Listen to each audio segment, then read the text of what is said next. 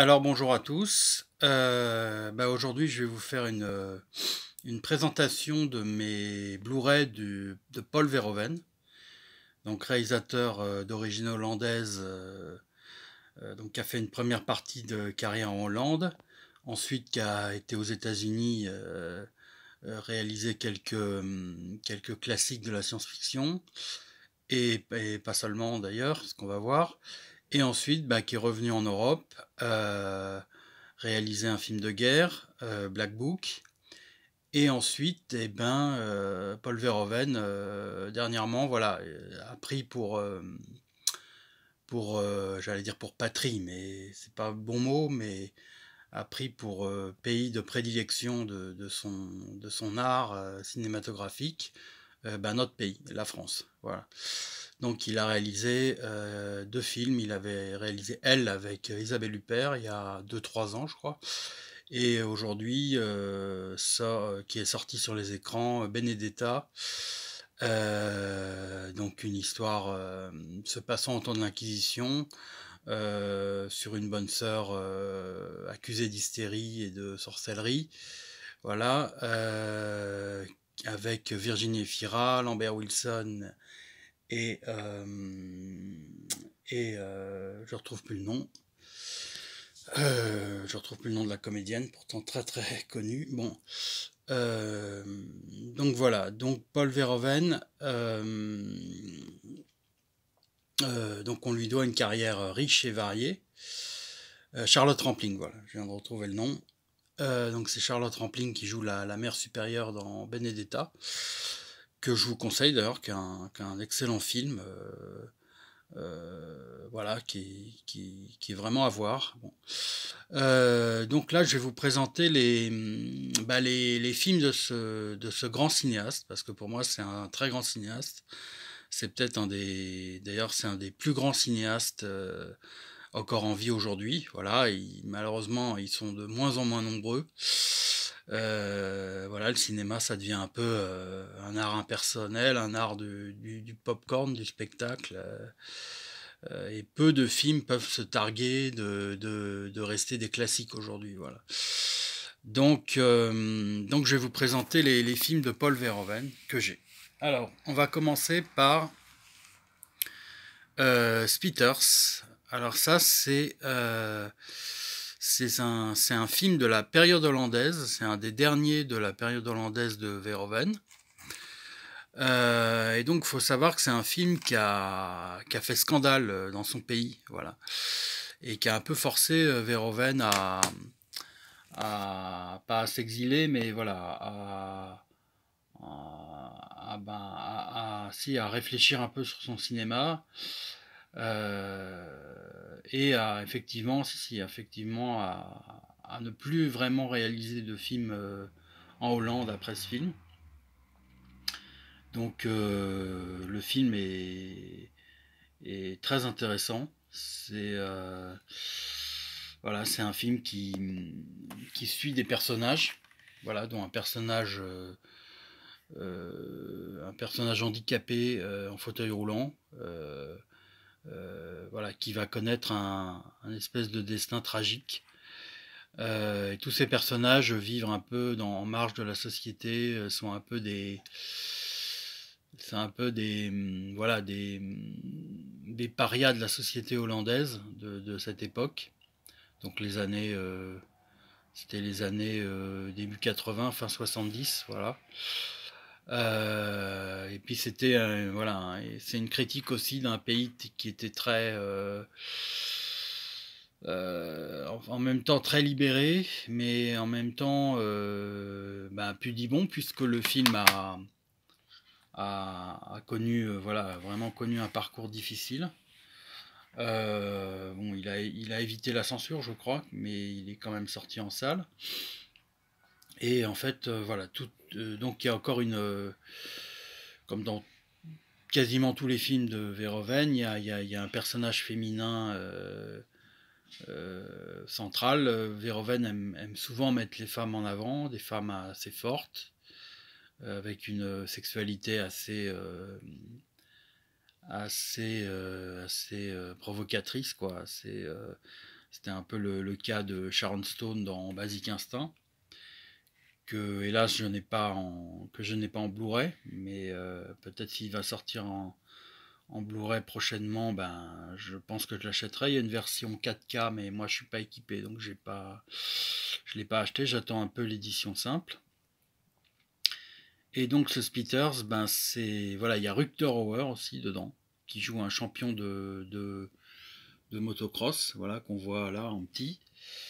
Donc ça tourne autour de cette bande de personnages qui vouent une passion pour la moto, voilà, pour le sport de moto, et qui vont chacun connaître un destin plus ou moins tragique, et qui sont tous fascinés et attirés par ce personnage féminin qui est une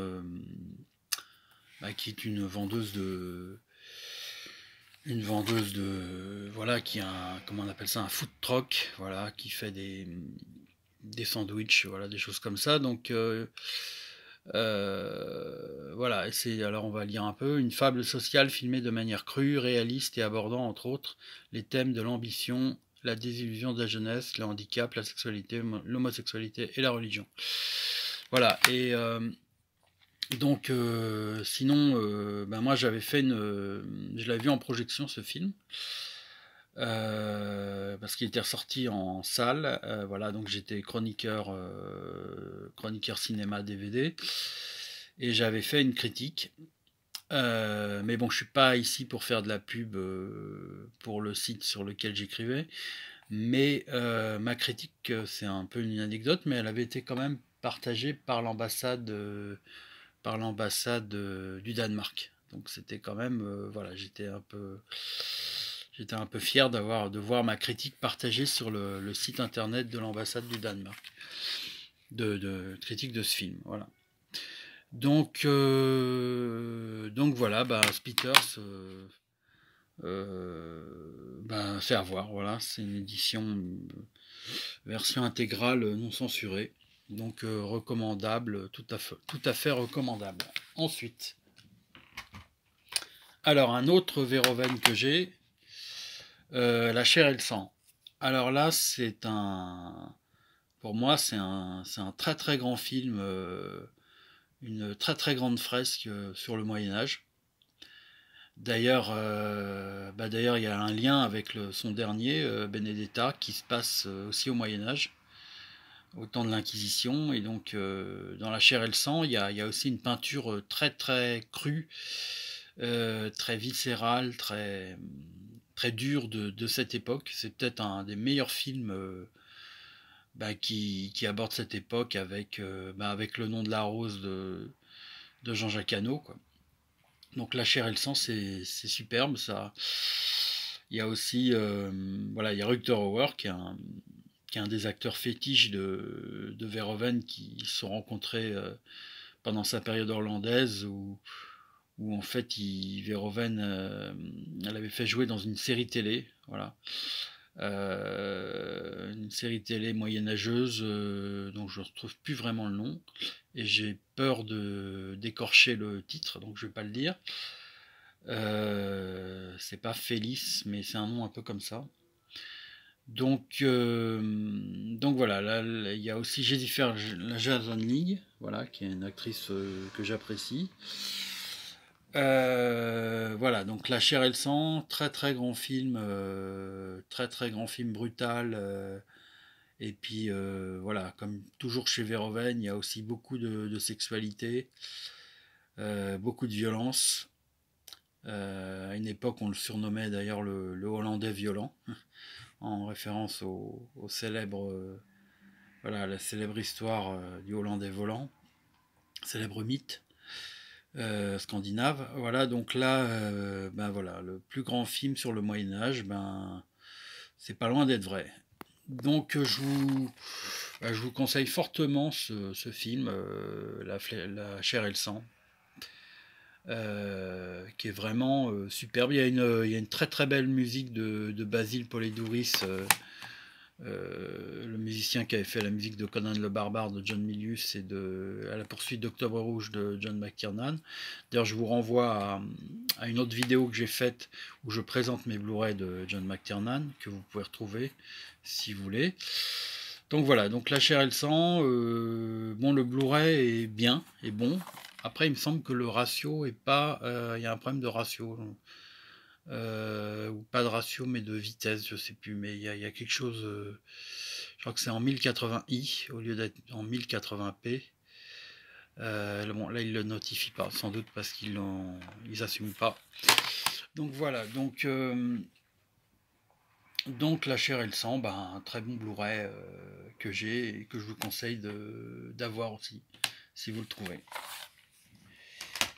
Alors ensuite un autre film de Verhoeven, Starship Trooper. Alors là, c'est un film... je m'aperçois que j'ai passé... j'aurais dû faire j'aurais dû traiter d'autres films avant, mais bon, tant pis, je vais vous parler de Starship Trooper. Donc c'est un film qui a été fait après les deux films que je vais vous présenter ensuite. Donc c'est un film... voilà, Verhoeven, c'est quelqu'un de très intelligent, un cinéaste assez politique. Donc quand je dis politique, je pense qu'il est plutôt à gauche. Et en fait, avec Starship Trooper, il faut voir le film de deux manières. Soit on y voit un superbe film de science-fiction à la Star Wars ou à la Star Trek, avec des batailles spatiales, voilà. Donc c'est l'histoire de soldats qui s'enrôlent pour combattre une invasion d'insectes géants qui ne cessent d'attaquer la Terre, voilà. Des insectes extraterrestres qui ne cessent de livrer bataille à l'humanité. Et Verhoeven, voilà, livre. Donc au premier degré, c'est un superbe film spatial, un superbe film de science-fiction avec vraiment des effets spéciaux magistrales. Les insectes sont superbes. C'est quoi? C'est un film des années 80-90, donc les effets spéciaux étaient essentiellement animatroniques. Il y avait très très peu de synthèse encore. Il y a vraiment de très très belles choses au niveau visuel, les vaisseaux spatiaux, enfin les batailles spatiales, c'est vraiment magnifique. Et alors il y a une deuxième lecture qu'emprunte Verhoeven dans ce film, qui est en fait une adaptation d'un livre, voilà, d'un roman de science-fiction, d'un roman américain, je crois. Et en fait, Verhoeven, là où il est très très malin, c'est qu'il en fait une satire des États-Unis. Voilà, et en fait, il s'amuse à en fait montrer les États-Unis de l'époque comme un pays totalitaire, voilà, comme l'Allemagne nazie. Et il y a même des personnages à un moment qui ont carrément des costumes d'officiers nazis, quoi. C'est assez flagrant. Et puis il y a toute cette propagande de guerre, voilà, tout cet instinct guerrier, martial, voilà, vraiment digne des pires régimes totalitaires. C'est voilà, ce qui intéresse Verhoeven, c'est de montrer les États-Unis comme un régime comme ça, quoi. Et ce qui est intéressant, c'est que les producteurs n'ont vu que du feu, ils n'ont rien vu du tout, quoi. Ils n'ont pas vu le message, ou alors ils l'ont peut-être vu inconsciemment. C'est peut-être pour ça que le film a... Donc les producteurs américains de Verhoeven. Et donc c'est peut-être pour ça que Verhoeven, finalement, après ce film, qui a pourtant marché, hein, Starship Trooper, son cinéma américain va un petit peu connaître un parcours compliqué. Et là, on va y venir. Voilà, donc Starship Trooper, pour moi, c'est un des meilleurs Verhoeven. Par contre, c'est aussi celui qui marque un peu la fin de son parcours américain. Voilà. Et donc voilà, donc je vous conseille fortement ce DVD, ce Blu-ray pardon, qui est techniquement assez bon. Bon, c'est pas, il n'y a pas une grande restauration, faut pas s'attendre à une grande restauration parce qu'il date un peu. Il y aura peut-être une ressortie, hein. Mais bon, c'est totalement suffisant pour le moment pour apprécier le film. Donc et puis moi je l'avais trouvé à un tarif vraiment raisonnable, donc je pense que ce film est tout à fait trouvable à un tarif raisonnable. Voilà. Donc, donc maintenant, je vais vous présenter le film que Verhoeven a réalisé juste après Starship Troopers. Donc, donc voilà, donc c'est ce film-là, Showgirl. Donc alors là, Showgirl, c'est un film que j'avais eu l'occasion aussi de voir, de voir en salle quand j'étais critique et quand il était ressorti. Et là, le film, ce qui était très intéressant, c'est que au moment de la ressortie, il avait été rejugé à sa juste valeur, c'est-à-dire un très grand film. Et alors, c'est un film qui a été absolument incompris à sa sortie. On l'a mis au même niveau qu'un striptease avec Demi Moore. Enfin, vraiment ce genre de film, quoi. Et donc Showgirl, c'est un très grand film en fait sur les apparences, sur le monde du show business et sur le miroir à deux faces du monde du spectacle où derrière derrière le spectacle il y a de la noirceur, il y a des choses terribles qui se passent.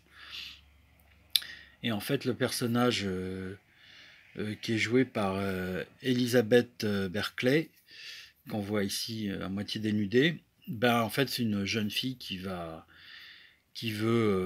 faire carrière dans la danse et qui se retrouve en fait je crois que c'est à Las Vegas, à faire des shows et qui en fait va de plus en plus se prostituer en gros, va de plus en plus aller vers un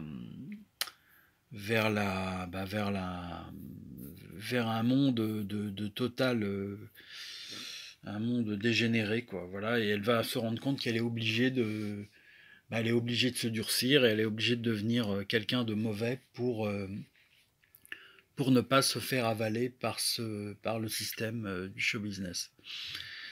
Donc elle va se retourner ensuite contre ceux qui voulaient la modeler, qui voulaient en faire leur chose, leur objet, voilà, leur produit même. Et donc c'est encore une femme forte, hein. C'est une femme forte qui, le personnage, j'aime pas trop dire ça. Bon, c'est un film féministe, mais Verhoeven c'est quelqu'un vraiment de plus complexe, quoi. C'est pas quelqu'un qui va délivrer un message, qui va dire je vais faire un film féministe. Verhoeven c'est quelqu'un, c'est l'essence de son cinéma. Son cinéma, il est universel. C'est surtout pas quelqu'un qui suit les modes. C'est surtout pas quelqu'un qui va suivre un mouvement, qui va dire parce qu'il faut faire ça, je vais faire tel genre de choses. Lui, il en fait qu'à sa tête. Et c'est pour ça que c'est un très grand cinéaste aussi. Donc Showgirl, voilà, pour moi je trouve que c'est un très très grand film en fait.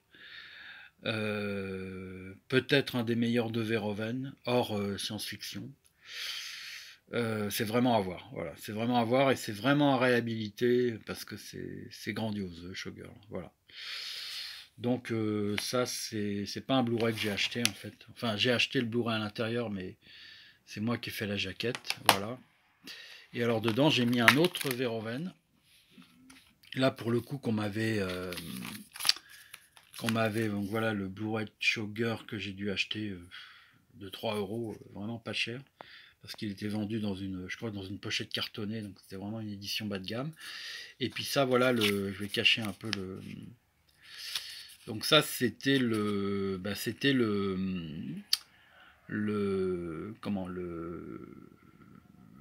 Blu-ray qu'on m'avait envoyé, pour faire la critique, voilà. Donc je l'avais vu aussi en salle. Et ça, c'est le film C'est l'avant-dernier film de Verhoeven, c'est Elle avec Isabelle Huppert dont je vous parlais tout à l'heure. Alors Elle avec Isabelle Huppert, bon, c'est pas... Voilà, pour moi c'est pas le meilleur Verhoeven. J'ai pas détesté, mais bon, Isabelle Huppert joue très bien, c'est sûr. Mais bon, on va pas s'éterniser parce que c'est pas un film que j'ai spécialement adoré et pour moi c'est pas, je sais pas, il y a quelque chose, il y a quelque chose presque d'un téléfilm français, mais je suis un peu méchant là, mais bon, dans la réalisation, finalement c'est très décevant pour quelqu'un qui est capable d'une superbe réalisation. Là c'est très plat au niveau réalisation, presque téléfilm. Donc je vais passer directement à un autre film dont je voulais parler tout à l'heure, qui est Robocop. Et donc ça a été réalisé avant Showgirl, avant Starship Trooper. Donc ça, c'est le film qui a propulsé Verhoeven à Hollywood. Alors l'histoire de Robocop, elle est intéressante. L'histoire du projet Robocop, c'est que c'est un projet qui avait été proposé à Verhoeven. Et Verhoeven avait eu le scénario et il avait trouvé le scénario absolument ridicule. Il pensait que c'était pour faire un film débile. Donc c'est pourtant quelqu'un de très intelligent, mais il n'avait pas vu le potentiel en fait qui se cachait derrière ce scénario et aussi la satire sociale, parce que là Robocop c'est pareil, c'est aussi une critique d'une société de surveillance policière, voilà, d'un état policier qui est obligé de se doter de robots ou d'hommes moitié homme, moitié robot comme le personnage pour endiguer la violence parce que la police n'a plus les moyens de combattre la violence. Donc c'est un très grand film politique aussi quelque part. Avec Peter Weller, voilà, qui est caché dans l'armure de Robocop. Et donc Robocop, c'est un flic merde, je me souviens plus, pas de Boston, mais je sais plus dans quelle ville ça se passe. Donc c'est moi j'avais adoré, j'avais vu au cinéma à l'époque. Malheureusement, j'ai pas eu la chance de le revoir au cinéma depuis. Mais pour moi, Robocop, c'est peut-être mon film de Verhoeven préféré, avec le prochain que je vais vous présenter. C'est vraiment c'est superbe quoi. Au niveau réalisation, c'est superbe. Moi, je le mettrais un peu au niveau par exemple, de Terminator de James Cameron. Voilà, c'est ce genre de film d'action, ça n'arrête pas une seconde. Et puis en même temps, derrière, il y a pas que de l'action, il y a aussi de la psychologie. Et là, la psychologie, elle est très très très intéressante. Voilà, avec ce personnage qui essaye de rester humain malgré qu'on l'ait transformé en machine et qui essaye de préserver sa part d'humanité.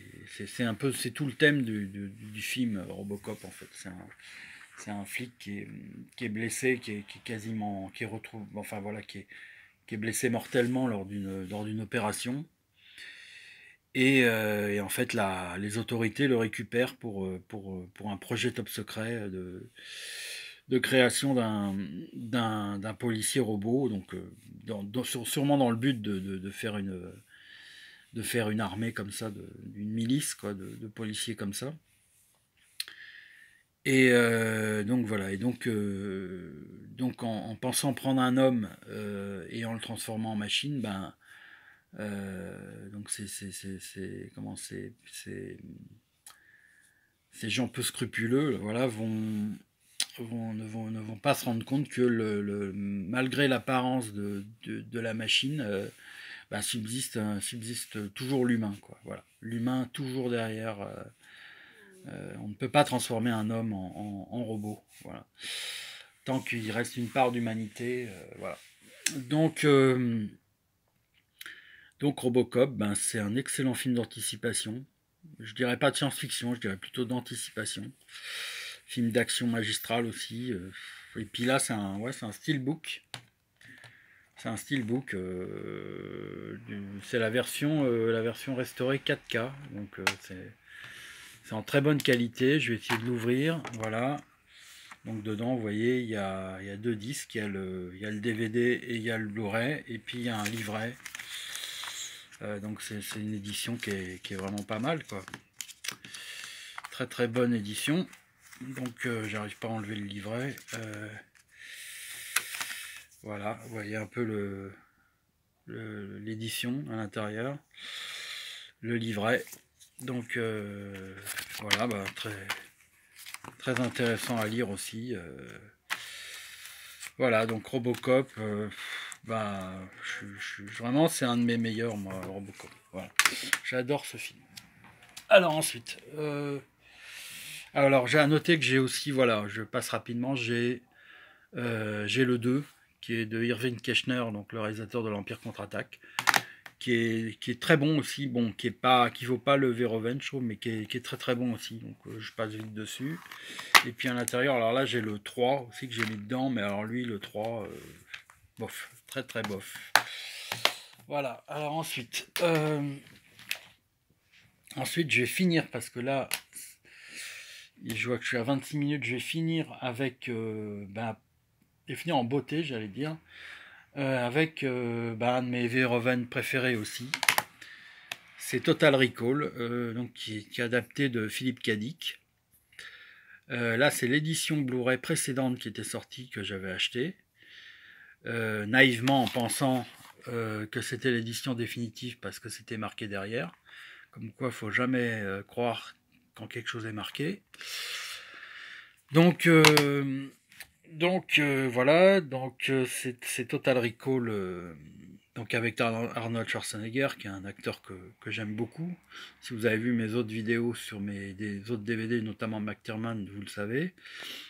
Donc là, c'est Total Recall, c'est adapté de Philippe Cadic, d'un roman de Philippe Cadic, donc célèbre écrivain de science-fiction, à qui on doit d'autres adaptations comme Blade Runner ou Minority Report donc Blade Runner de Ridley Scott et Minority Report de Steven Spielberg. Puis d'autres moins connus, comme Impostor. Alors là, c'est un truc que j'ai en Blu-ray, en DVD, pardon, mais c'est vraiment pas du tout connu, avec Gary Sinise, qui est pas mal, que je vous conseille. Donc voilà, Total Recall, bah, c'est un superbe film de science-fiction, donc adapté de Cadic. Donc Cadic, c'est toujours un univers un peu paranoïaque, où c'est un personnage pris dans des faux semblants. C'est un univers dont c'est inspiré par exemple Matrix. C'est que voilà, c'est derrière notre monde, derrière les apparences, se cachent d'autres vérités, d'autres réalités. Et donc là, c'est Schwarzenegger qui est embarqué dans une histoire où en fait, c'est un ouvrier qui travaille dans les chantiers, puis qui veut s'évader de sa vie, quoi. Il fait un rêve où il est sur Mars et il est agent secret, alors ça l'intrigue beaucoup. En fait, il va dans une agence spéciale qui en fait permet d'évader les gens en leur donnant des voyages un peu, des voyages par le cerveau, quoi. Et ils peuvent vivre plusieurs vies. C'est pas vraiment du rêve, parce qu'ils le ressentent vraiment. Et là, on lui propose justement, comme par hasard, d'être dans la peau d'un agent secret qui va sur Mars, et qui s'appelle Doug Quaid, et donc il accepte. Et là, le film, ensuite, c'est toute une aventure. Et puis lui, il est pris entre est-ce qu'il est dans une réalité ou est-ce qu'il est encore dans un rêve. Et le film joue constamment là-dessus. Il y a Sharon Stone dans le rôle de sa femme, qui est excellente. Donc Sharon Stone, qui avait déjà joué pour Verhoeven dans Basic Instinct. Mais là, c'était avant Basic Instinct, donc elle avait un rôle plus secondaire. C'est un peu ce que fait Verhoeven d'ailleurs, c'est ça qui est marrant, c'est qu'avec Virginie Fira, il avait fait un peu pareil, il avait fait jouer un peu dans un rôle secondaire dans Elle, et puis là, il l'avait pris dans un premier rôle pour Benedetta. Donc c'est marrant, il fait un peu ça avec ses personnages féminins, avec ses actrices, voilà. Et donc, Total Recall, à voir. Donc là, c'est l'édition. Je vais vous montrer enfin, pour terminer, Voilà, pour terminer, je vais vous montrer cette édition-là parce que c'est la... J'ai pas pu résister à l'acheter parce que je la trouve vraiment superbe, quoi. Le visuel, je la trouve superbe. Vous voyez, derrière, Get Ready for a Surprise, ça c'est une référence à un dialogue du film. Alors, faut savoir que là, c'est un steelbook, comme vous pouvez voir, mais c'est une édition 4K. Mais alors, comme moi, je suis pas équipé de 4K, pardon, bah, je l'ai quand même acheté parce que déjà, il n'était pas très cher. Et puis dedans, il y a le DVD, il y a le Blu-ray. Faut que j'arrête de dire DVD. Si j'arrive à l'ouvrir d'une main, c'est pas facile. Alors, attendez. Attendez. Alors je vais peut-être poser, je vais peut-être y arriver quand même. Non, je vais peut-être poser le téléphone.